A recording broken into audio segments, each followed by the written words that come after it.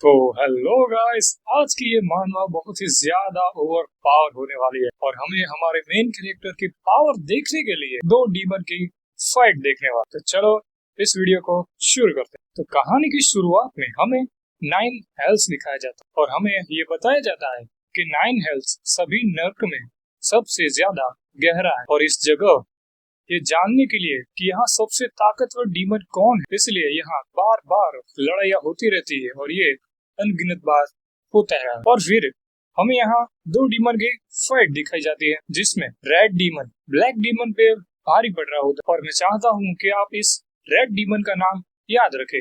इसका नाम बालक है। बालक एक पंच मारता है जिससे पूरी जमीन तबाह हो जाती है और बालक ऊपर से ये सब देख रहा होता है। और फिर ब्लैक डीमन कहता है, कितनी निराशा की बात है, मैंने सुना था कि तुम 9 हेल में सबसे डीपर्स हो और बहुत ही ज्यादा फेमस हो, तो मुझे तुमसे उम्मीद हो गई थी, लेकिन तुम्हारे पंच से तो मुझे गुदगुदी होती है। और फिर बालक उस ब्लैक डीमन को कहता है कि तुम बस बड़ी बड़ी बातें ही कर सकते हो। और फिर वो ब्लैक डीमन चिल्ला कर कहता है कि तुम कौन हो तो हो मेरी बेइज्जती करने वाले। और फिर वो बालक के बहुत ही ज्यादा नजदीक आ जाता है, लेकिन बालक एक ही पंच में उसे उड़ा देता है। बालक एक और पंच रेडी करता है और ब्लैक डीमन को मारता है।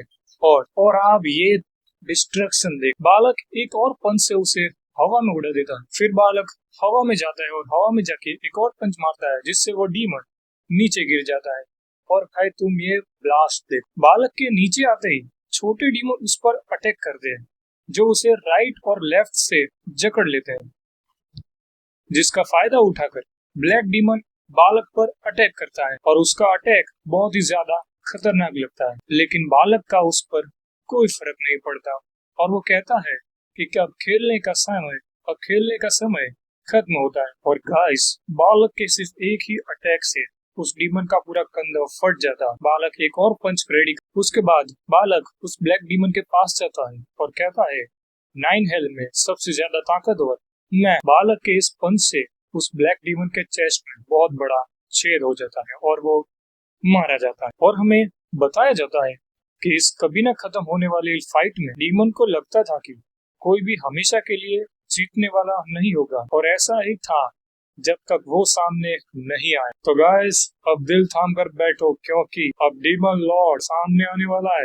और गाइस, अब हम देखते हैं बालक को जो बहुत ही डरा हुआ है। हमें दिखाया जाता है ना सिर्फ बालक बल्कि बहुत सारे डीमन किसी के सामने झुके हुए हैं। और फाइनली हमें डीमन किंग दिखाए जाते हैं। और फिर बालक डीमन किंग से कहता है, माय किंग, आखिरकार आप वापस अर्थ पर क्यों जाना चाहते हैं? आपके पास नर्क में सब कुछ है। और फिर डीमन किंग आंख उठाकर बालक को देखता है, जिससे ना सिर्फ बालक बल्कि सारे डीमन कांपने लगते हैं। और फिर बालक हमें बताता है कि डीमन किंग की ग्लटनी की जो पावर है, जिससे डीमन किंग ने सभी डीमन की पावर तो यहाँ तक कि उनके शरीर को भी सोख लिया, जिस पर भी वो हाथ रख सकता था। आगे हमें बताया जाता है नर्क के उन 7 राजकुमारों के बारे में जिनके मरने का कारण डीमन किंग की अल्टीमेट पावर ग्लटनी ने नर्क के सभी डीमन को निगल लिया। और अब बाकी डीमन को लगता है कि बालक के इस सवाल से डीमन किंग गुस्से में आ गए हैं। डीमन किंग गुस्से में बालक को कहते हैं, मैं सब कुछ कैसे पा सकता हूँ जबकि इस मनहूस जगह पर मैं पिछले 10 साल से हूँ, एक ही नजारा और रोजाना कत्लेआम से सब कुछ मैं पाने के लिए मेरे पास कुछ होना तो चाहिए। और फाइनली हमारे डीमन किंग का फेस रिवील हो चुका है और हमारे डीमन किंग का नाम है कैंगरू। और गाइस, यहाँ पर बालक डीमन किंग की बात को गलत समझ लेता है और कहता है कि क्या आपको भूख तो नहीं लगी? और वो कहता है, अगर ऐसा है तो मेरे पास आपको देने के लिए कुछ है डीमन किंग। फिर वो दो डीमन को कहता है, मील प्रिपेयर करो। फिर एक डीमन बहुत बड़ा बर्तन में कुछ लेकर आता है और बालक कहता है, माय लॉर्ड, हालांकि आपके लिए काफी नहीं, जिसने पहले से ही हजारों डीमन को कंज्यूम कर लिया है, लेकिन प्लीज अपने इस अनवर्थी सर्वेंट की लॉयल्टी को समझे। और गाइस, ढक्कन हटाते ही उसमें से ये निकलता है और बालक कहता है, प्लीज इसे अच्छे से खाए। और भाई, कैंगू उस मॉन्स्टर को बास्टर्ड बोलता है और उसे बालक के मुंह पर मारकर कहता है, मैं इसे नहीं खाऊंगा। और बेचारा बालक सिर्फ माफी मांग सकता है। और फिर कैंगू कहता है, मुझे चाहिए किमची, मुझे किमची खाना है। और भाई लोग बाकी सब डीमन को लगता है कि किमची उनके राजा की फेवरेट डिश है, जो लाल कच्चे मांस से भरी एक डिश है। और फिर बालक केंगू से कहता है, इस डिश को बनाने के लिए हम कौन से मॉन्स्टर का सर या फिर उसके अंदर का हिस्सों का इस्तेमाल करें। आप बस हमें एक बार ऑर्डर दीजिए, आपके लिए मैं किसी भी चीज के टुकड़े टुकड़े कर दूं। पर बेचारा केंगू ये कहता रह जाता है, अरे यार किमची ये नहीं है। और वो अपने मन में कहता है, डीमंस के लिए मिल्स का कोई कॉन्सेप्ट नहीं होता। वो फाइट जीतने के बाद अपने ही दुश्मन को खाने के अलावा और कुछ नहीं समझते। और फिर बालक केंगू से कहता है, कुछ समय पहले आपने मुझसे एंटरटेनमेंट की बात करी थी और मैंने देखा था आप हेल के 7 राजकुमारों को मारने का मजा ले रहे थे। और फिर केंगू कहता है, एंटरटेनमेंट का मतलब वो नहीं था। और वो कहता है, मुझे नॉवेल्स और मानवा रीड करनी है। बालक और बाकी सारे डीमन केंगू के सामने झुक जाते हैं और बालक कहता है, माय डियर किंग, मैं अपनी कमजोर ताकत से आपको संतुष्ट नहीं कर सकता। खराब प्रदर्शन के लिए मुझे मार दीजिए। और बेचारा केंगू बस यही कह जाता है, अरे भाई बस मेरी एक बार बात तो सुन। फिर केंगू कहता है, काश मेरे पास कम से कम कोई ऐसा होता जिससे मैं प्यार कर सकूं। केंगू के ऐसा कहते ही कोई यहाँ आता है और कहता है, कोई ऐसा जिससे आप प्यार कर सके, क्या वो मैं नहीं हूँ। और हमें बताया जाता है कि नर्क में सबसे खूबसूरत यही है और इसका नाम लिलिथ है। और फिर लिलिथ कहती है, क्या आप लिलिथ के दिल से सेटिस्फाइड नहीं है। और भाई ये देखने के बाद तो मुझे साकुरा भी अच्छी लगने लगी है भाई। और भाई तुम केंगू का फेस जो चीख चीख कर कह रहा है वो सेटिस्फाइड नहीं है। और लिलिथ कहती है, मैं आपके साथ एक रात गुजारना चाहती हूँ। डी और भाई केंगू कहता है, डीमन किंग होने के नाते मैं तुम्हें आदेश देता हूँ कि तुम मेरे करीब मत आना, अगर आई तो आज तुम मार ही जाओ। लेकिन लिलिथ कहती है, आप मुझे शर्मिंदा कर रहे हैं और आप खुद को पहले से 9 हेल का मालिक कैसे कह सकते हैं।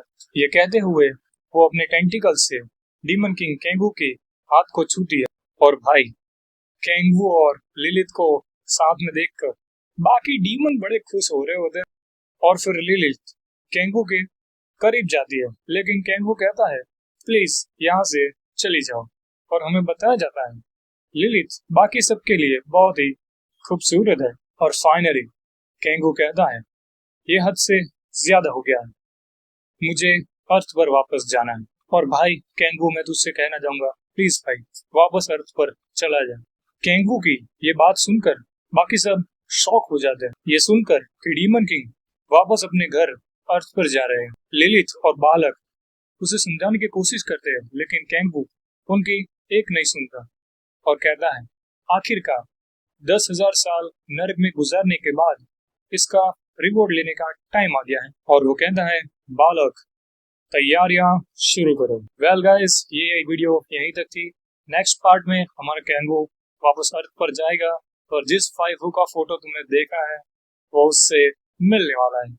तो मिलते हैं नेक्स्ट वीडियो में, तब तक के लिए गुड बाय। और वीडियो अच्छा लगा हो तो लाइक कर देना, चैनल को सब्सक्राइब कर देना। तो गाइस लास्ट पार्ट में हमने देखा था केंगू बालक से कहता है कि तैयारियां शुरू करो। न्यू पार्ट वहीं से शुरू होता है। बालक निराशा से केंगू की तरफ देखता है, लेकिन केंगू गुस्से से बालक से कहता है, क्या तुम ये चाहते हो कि मैं अपनी बात फिर से दोहराऊं। और केंगू की ये कहते हुए आप उसका डार्क ऑरा देख सकते हैं। बालक माफी मांगते हुए कहता है, मैं तैयारियां शुरू करवाता हूँ।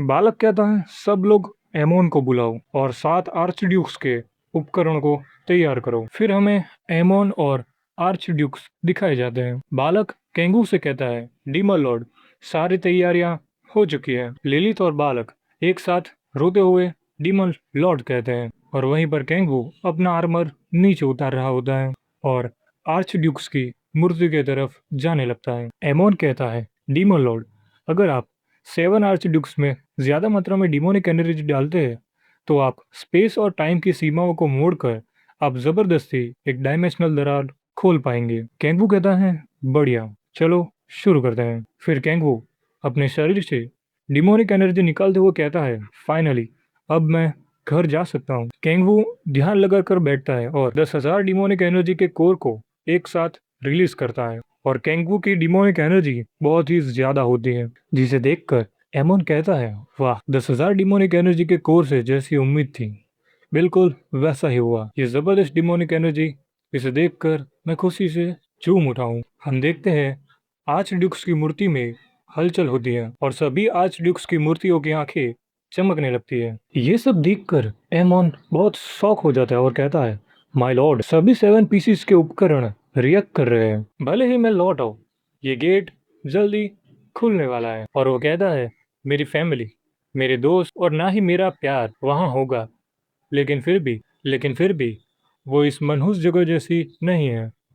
मैं जा रहा हूँ, सब कुछ ठीक है। पीछे से लिलित कहती है कि आप सच में मुझे इस तरह छोड़कर जा रहे हैं। कैंगू कहता है, रोना बंद करो। और कैंगू अपने मन में कहता है, ये बहुत डरावना है। लिलित गलत मतलब निकालती है और कहती है, मैं भी आपके साथ आऊंगा। ये सुनकर कैंगू जल्दी से वहां से भाग लेता है। लिलित पीछे से कहती है, कुछ भी हो जाए माय किंग, ये लिलित आपको फॉलो करेगी। लिलित की ये बात सुनकर कैंगू उसे मिडिल फिंगर दिखाता है और अपने मन में कहता है, हम दोबारा कभी नहीं मिलेंगे। कैंगू नीचे जाते हुए कहता है, 10,000 साल तक मैं हेल में था। मेरा कोई ऐसा पास्ट नहीं है जिसे मैं बदलना चाहता हूँ और ना ही मैं किसी खास भविष्य की ओर जाना चाहता हूँ। अर्थ को वैसा ही दिखना चाहिए जैसा मैं सोचता हूँ। नीचे आकर कैंगू कहता है, अब सच में मैं अर्थ पर वापस जा रहा हूँ। कैंगू किसी चीज को देखकर कहता है, आखिर ये क्या है?